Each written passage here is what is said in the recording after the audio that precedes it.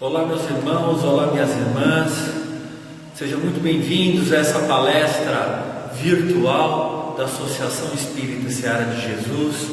É com muita satisfação que damos continuidade nos nossos ensinamentos, nas nossas reflexões. Então vamos fechar os nossos olhos, vamos agradecer a Deus, ao nosso amigo e mestre Jesus, dessa oportunidade de aprendizado. Que assim seja, graças a Deus. Meus irmãos, estamos com muita saudade das nossas palestras presenciais e logo em breve estaremos juntos. Até para matar a saudade, estou colocando aqui para vocês, fotos, do nosso salão repleto aí de irmãos assistindo a palestra, E dando continuidade então aos nossos estudos, hoje nós vamos falar do livro Opinião Espírita. E o tema de hoje, como vocês estão vendo aqui em cima, é O Espírita Deve Ser. Na realidade, esse tema, O Espírita Deve Ser, porque nós estamos falando da doutrina espírita, mas caberia muito bem, então, o tema, o cristão deve ser, o homem de bem deve ser, E quando nós chegamos pela primeira vez, então, nos deparamos com a doutrina espírita, às vezes procuramos, através da dor, do sofrimento ou da curiosidade desse intercâmbio do mundo material com o mundo espiritual. Às vezes, com a perda de um ente querido, viemos buscar alguma comunicação, uma mensagem, ou uma mensagem que nos vai consolar, que nos vai alientar o nosso coração. E depois dessa curiosidade, nós vamos despertando mais interesse em saber um pouco mais da doutrina. Kardec, já na época dos seus estudos, ele já previa que, com relação a esse conhecimento espírita, sempre passa por 3 fases. A primeira fase sempre é da curiosidade dos fenômenos produzidos, dos fenômenos espirituais que despertam essa curiosidade. Mas quando a pessoa ainda quer avançar um pouco mais, ela passa para o segundo estágio. E o segundo estágio é quando desperta o interesse de estudar, vai despertar o raciocínio da filosofia espírita. Aí vai começar a estudar, ler os livros, Então já vai superar aquela fase da curiosidade e vai se concentrar mais na meditação séria do raciocínio. E o terceiro ponto que Kardec coloca é justamente a aplicação e as consequências dos nossos atos, a aplicação do que nós estávamos meditando sobre a filosofia espírita. Mas se nós estamos desenvolvendo essa linha de raciocínio, essa terceira fase é mais natural. E tem uma frase, um texto, um trecho do livro, o Espiritismo, na expressão mais simples de Allan Kardec, ele coloca o seguinte: o verdadeiro espírita não é o que crê nas manifestações, mas aquele que faz bom proveito do ensinamento dado pelos espíritos. Olha que interessante.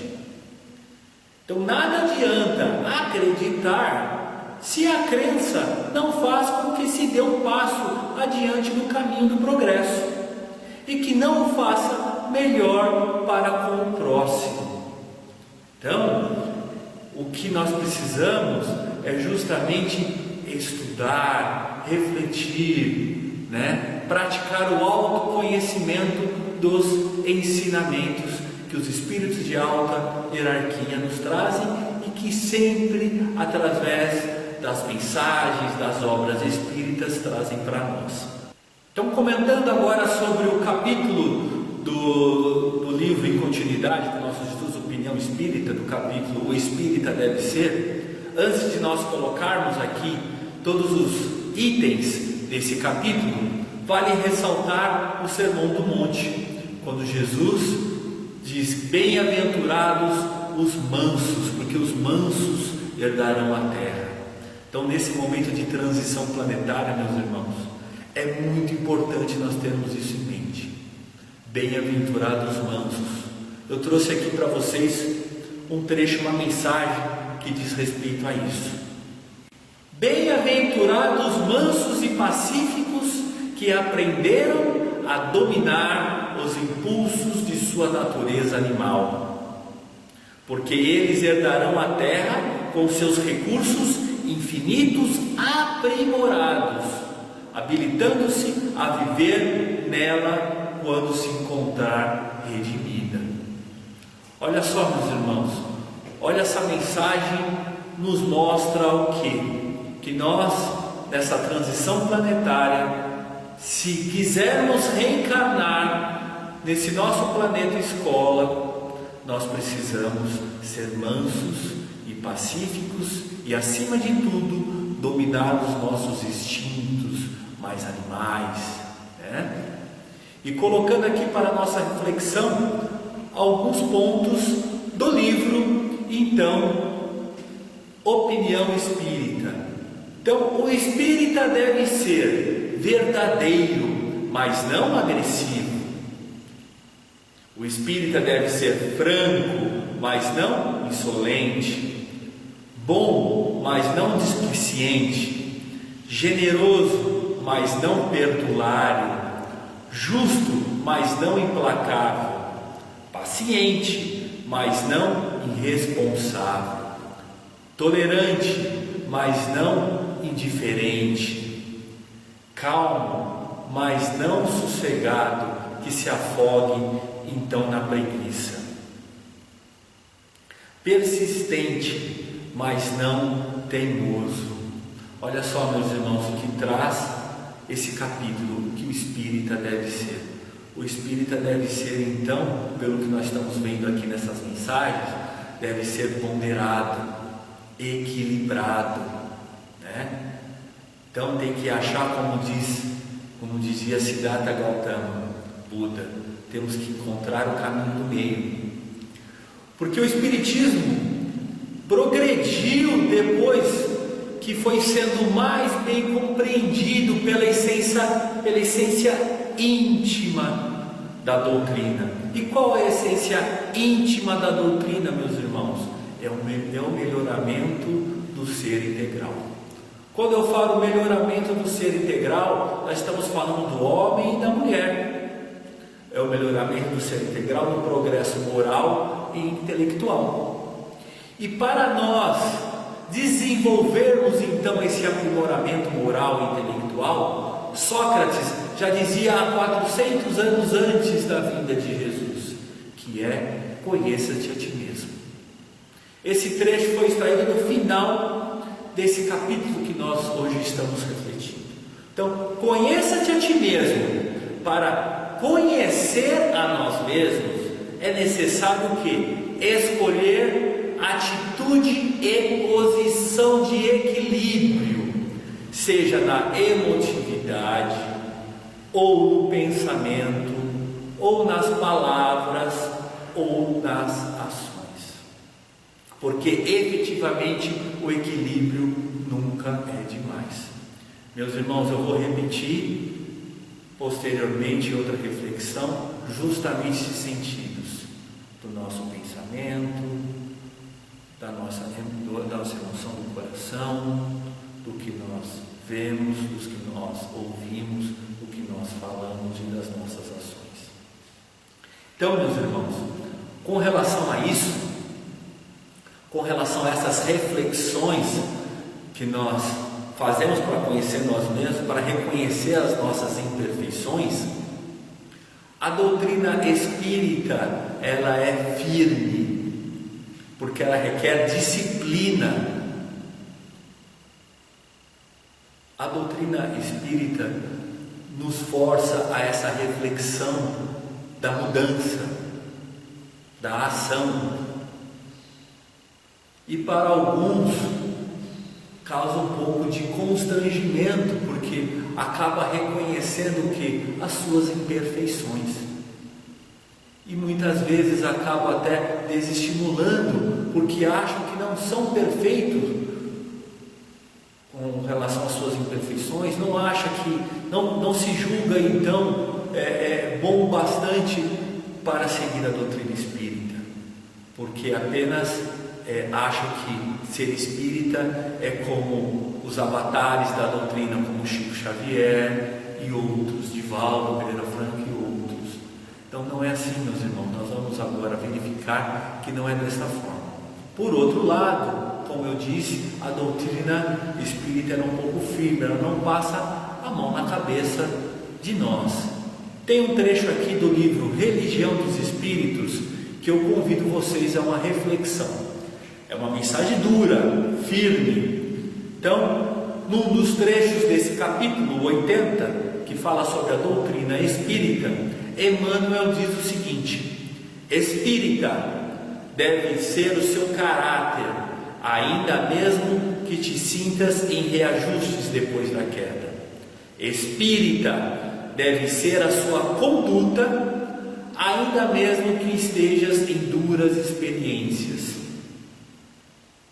E espírita deve ser o nome de teu nome, ainda mesmo respires em aflitivos combate contigo mesmo. Olha só essa frase: ainda mesmo que respires em aflitos combates contigo mesmo. Esse contexto fala do seguinte: que bom, né, que esteja em combate consigo mesmo, porque você tendo combate com você mesmo, você vai identificar então todas as imperfeições, aquilo que você já não aprova mais, aquilo que é equivocado, mas ainda você não consegue ainda tirar alguns hábitos do seu dia a dia. Mas ainda assim, espírita seja o nome de teu nome.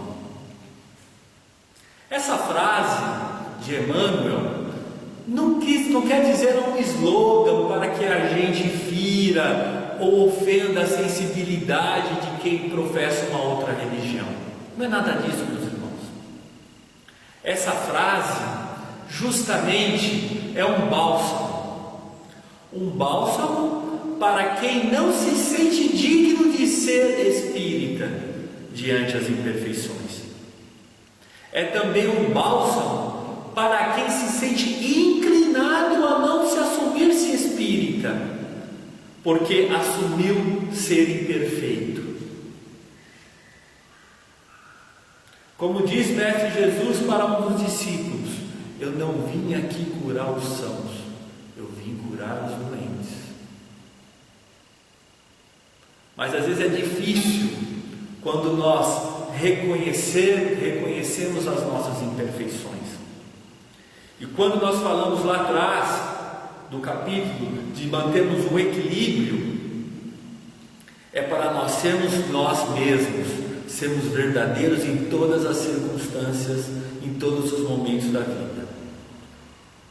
Tanto quando nós estivermos apenas na nossa casa com nossos familiares, ou no convívio com a sociedade.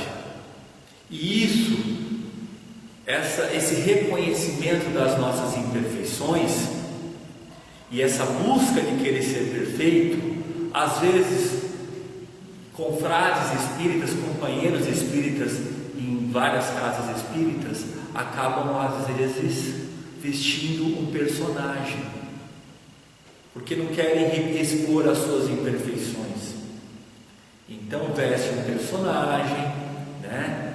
Sempre sorridente, sempre proferindo frases impactantes, né? Quando na realidade é apenas um personagem, porque querem esconder as perfeições. E não é isso, meus irmãos. Não é esse o processo do nosso auto-reconhecimento e a busca do nosso progresso. Nós temos que primeiro reconhecer que somos seres imperfeitos e vamos errar cada vez menos, mas vamos errar, somos falíveis de erro. Meus irmãos, diante de todos esses fatos que nós colocamos, com com relação ao reconhecimento de nossas imperfeições, eu trouxe para vocês uma obra magnífica, também da coletânea dos livros de Chico Xavier, que é o livro chamado Momento de Ouro. Momento de Ouro, do capítulo 2, o título é A Diferença do Nosso Irmão X. Esse capítulo narra o seguinte, meus irmãos: numa palestra no mundo espiritual, isso acontece, se desenrola no mundo espiritual, tem a participação, um dos últimos a participarem dessa palestra é o nosso irmão Bezerra de Menezes, do mundo espiritual. E ao final da sua palestra, ele é indagado por um irmão que diz o seguinte: Bezerra, não concordo com tanta máscara no ambiente espírita, falo contra mim mesmo. Aí ele narra justamente o reconhecimento de suas imperfeições, fala que ainda está inclinado à vaidade, ao egoísmo, a várias outras imperfeições, que ainda, que bom que ele reconhece. Então ele começa a elencar todas as imperfeições, e por fim ele fala: posso acaso dizer que sou espírita? Posso declarar-me espírita com tantos defeitos? Essa foi a indagação que ele fez ao irmão Bezerra de Menezes. E Bezerra diz o seguinte, como diz no livro: o venerável orientador espiritual respondeu sereno: eu também, meu amigo, ainda estou em meio de todas essas mazelas e sou espírita cristão. E ele, assustado, diz o seguinte: como assim? Como diz no livro, revidou o consulente agitado. Bezerra responde: perfeitamente, sem alterar-se. Todas as qualidades negativas ainda me acompanham. Olha o que Bezerra diz. Só existe, porém, um ponto, meu caro, que não posso esquecer. É que antes de ser espírita cristão, eu fazia força para correr atrás de todas elas. E agora que sou cristão e espírita, faço força para fugir de todas. E sorrindo, ele finaliza: como vê, há muita diferença. Percebe, meus irmãos? Percebe então essa diferença que o Dr. Bezerra de Menezes quis dizer? Então, antes nós corríamos, nós ostentávamos essas imperfeições como um troféu e achávamos até bonito. Em algum ambiente, ainda é bonito ser orgulhoso, ser pomposo, porque em alguns lugares, meus irmãos, se você não for assim, eles acham que você vai ficar um pouco diminuído e às vezes acaba até se sentindo diminuído, como se você não tivesse valor algum, sendo que para essas pessoas que ainda estão buscando essas imperfeições, essas são as prioridades. É desta forma que você vai quantificar uma pessoa, através do orgulho, da vaidade. Então, meus irmãos, vocês, com relação a isso, percebem quantas pessoas ainda estão correndo atrás dessas imperfeições? Quantos irmãos nossos ainda priorizam essas imperfeições? Passam a vida inteira correndo atrás dessas imperfeições. Então, meus irmãos, fiquem tranquilos. A partir do momento que nós, que eu comece um processo de reconhecimento das nossas imperfeições, já estamos no caminho certo. Então, nós podemos nos chamar de espírita com muita alegria. Então, podemos assumir essa condição de ser espírita quando nós já começamos a reconhecer os nossos erros e queremos a cada dia, a conta a gota, superá-los cada um. Porque a doutrina espírita, meus irmãos, a doutrina espírita é consolo, mas é consolo não para anjos, ela é consolo justamente para seres imperfeitos como nós, e ela é esclarecedora para nós que temos as imperfeições. Então, na realidade, ela é um condutor que vai nos burilando aos poucos.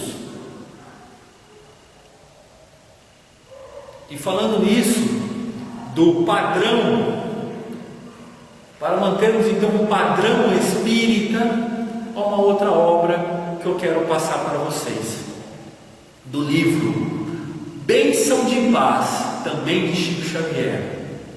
E no capítulo 55, que diz o padrão espírita, mas como Emmanuel sempre reforça, que não é difícil de perceber que justamente o padrão espírita é o padrão do Cristo.